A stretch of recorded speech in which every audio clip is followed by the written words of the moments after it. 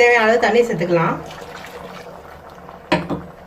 இந்த குழம்புக்கு வந்து தொட்டுக்கவே தேவையில்லை, அப்பளம் இருந்தாலே போதும், அவ்வளோ நல்லா இருக்கும்.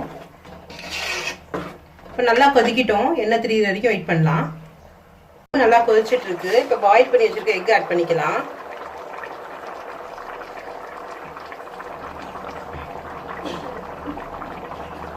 இப்போ ஒன்றா சேர்ந்து கொதிக்கிட்டோம்.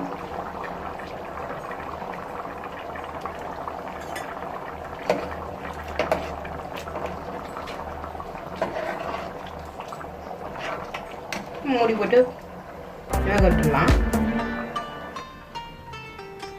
அவ்வளோதான் ஃப்ரெண்ட்ஸ், குழம்பு ரெடி ஆயிடுச்சு. இந்த மாதிரி குழம்பையும் வீட்டில் ட்ரை பண்ணி பாருங்கள். ட்ரை பண்ணி பார்த்து உங்கள் கமெண்ட்ஸை தெரியப்படுத்துங்க. சேனலை சப்ஸ்கிரைப் பண்ண மறந்துடாதீங்க. தேங்க்யூ ஃபார் வாட்சிங்.